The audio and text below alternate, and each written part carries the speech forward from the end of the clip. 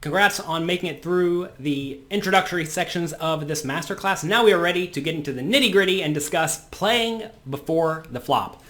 First things first, stack depth is very important. You have to learn how to play all stack sizes well if you want to succeed in poker tournaments.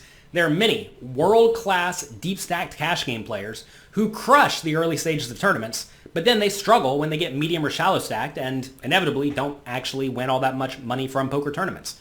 Alternatively, there are many strong online players who are really good at playing shallow stack tournaments, which is often what you're playing when you're playing small to medium buy-ins. But when they start to move up to the higher levels where you do have to play deep stacked poker to some extent, especially in the early stages, they struggle as well. So it's very important that you are keenly aware of how to play all of the various stack sizes, and the common stack sizes will be explained in this masterclass.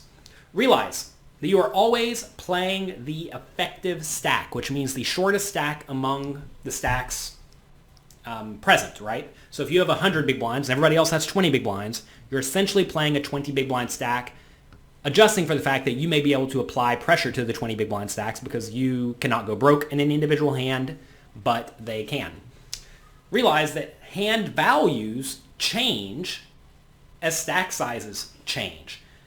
For example, losing a 20 big blind pot with top pair second kicker isn't all that big of a deal. In fact, it's, well, quite normal. However, losing a 250 big blind pot with top pair second kicker is usually a pretty big mistake unless your opponent is a lunatic. Also, you're going to find that specific pre-flop hands change value. Like ace-jack offsuit's pretty great when you have 20 big blinds. So if your opponent wants to get it in most scenarios, it's usually just okay. But if you're playing 100 big blinds deep or even 50 big blinds deep, ace-jack offsuit is not nearly as good because you're going to be dominated way more often. So realize that hands change value as stack depths change. I'm going to give you a few quick tips for deep stacked play versus shallow stacked play, and then we're going to get into how to play each specific stack size. But these themes are going to persist as we go through all of the various ways to handle playing different stack depths. So when we are playing deep stack, it's important to realize that if your opponent wants to put a lot of money in the pot, either pre-flop or after the flop, that you need a really good hand to continue. So hands with large implied odds again are the hands that are probably not behind now, but if they do make a good hand, it's going to be a really good hand. These hands go way up in value whenever you are playing deep stack. These are going to be suited aces, suited connectors, small pairs, right?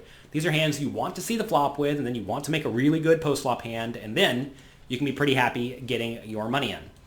And alternatively, the hands that lack implied odds, these are going to be the big unsuited hands like ace-jack offsuit, and unimproved pocket pairs like pocket jacks on a queen 7-6-4-2 board.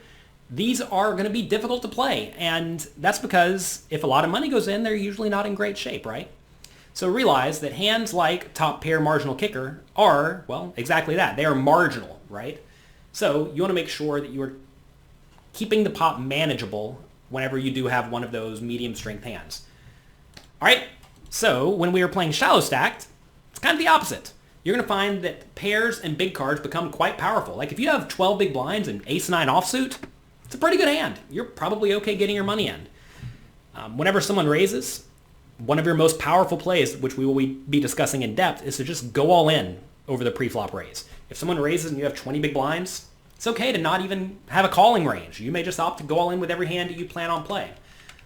When you do get shallow stacked, hands like top pair are great. They are more than good enough to get all in on the flop, on the turn, on the river. You're usually pretty happy with top pair or better. And it's important to recognize that when you are playing shallow stack, you are frequently going to be at risk for all of your chips. A lot of people really hate the idea of being at risk for their tournament life. They hate the idea of going broke. But when you're sitting there with a 15 or 20 big blind stack, well, any hand you play is somewhat likely to take all of your chips, especially if you make something decent. And that is okay. The goal is to get a hold of chips, get a medium or a big stack, and then run over your opponents, which will allow you to take one of the top few prizes. The goal is not to hang around, knit it up, and wait for a very premium hand, because that's how you're going to blind out and collect minimum cashes but never ever make a deep run. So make sure you are very aware of the stack depth that you are playing. and we'll be discussing how to play poker based on stack sizes, because it's almost as if there are various games you are playing when you play a tournament. Sometimes you're playing the deep stacked game of No Limit Hold'em, sometimes you're playing medium stack games, sometimes you're playing shallow stacked, and sometimes you're playing very shallow stacked. And if you are not aware of the game you're playing and everyone else is, well, that's going to result in you losing tons of money to your opponents.